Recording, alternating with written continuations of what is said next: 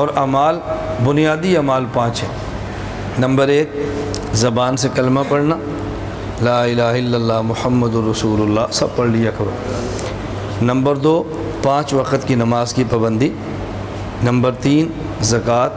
Number 4 رمضان کا روزہ، اور نمبر 5 حج۔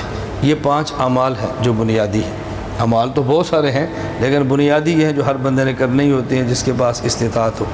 اب بات سمجھے جو میں نے سمجھانی تھی کہ دین بنیادی طور پر 2 چیزوں کا نام ہے، نمبر 1 عقائد اور نمبر 2 اعمال۔ یہ عقائد اور اعمال کا معیار کیا ہے؟ عقیدہ اور عمل کہاں سے ملے گا؟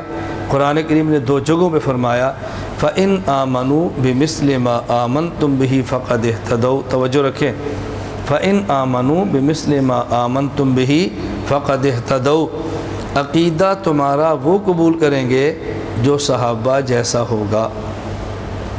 عقیدہ وہ قبول کریں گے جو صحابہ جیسا ہوگا رضی اللہ عنہ۔ اور اعمال والسابقون الاولون من المہاجرین والانصار والذین اتبعوہم باحسان رضی اللہ عنہم ورضوا عنہ۔ اور عمل کون سا قبول کریں گے؟ صحابہ کرام مہاجرین انصار رضی اللہ عنہم، وہ تو جنتی ہیں، والذین اتبعوہم باحسان، اور جو اخلاص کے ساتھ ان کے نقش قدم پہ چلے گا اللہ اس سے راضی ہو جائے گا۔ اب اس کا معنی یہ ہے عقائد میں بھی بنیاد صحابہ ہیں، اعمال میں بھی بنیاد صحابہ ہیں۔ اب اس سے ایک بات آپ کو سمجھ آنی چاہیے، ہمارے ہاں یہ جو غیر مقلدین اہل حدیث وغیرہ شوشہ چھوڑا ہوا ہے، آدمی کو سن کر شرم آتی ہے، وہ کہتے ہیں اللہ اور اللہ کا رسول بس، قرآن اور حدیث بس۔ صحابہ کدھر گئے؟ پھر صحابہ کرام کدھر گئے؟ یہ قرآن ہی تو کہہ رہا ہے عقیدہ وہ ہوگا جو صحابہ دے، عمل وہی ہوگا جو صحابہ دے۔ تو آپ صحابہ کو چھوڑ کے براہ راست نہ قرآن لے سکتے ہیں نہ حدیث لے سکتے ہیں، ان کو چھوڑ کے آپ لیں گے کیا اور ان کو چھوڑ کے جائیں گے کہاں؟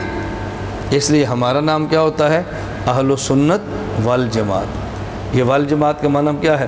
اہل السنت دین کون سا؟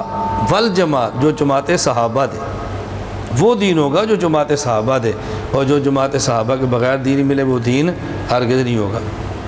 لا الہ الا اللہ، لا الہ الا اللہ، لا الہ الا اللہ، ما لنا رب سوا۔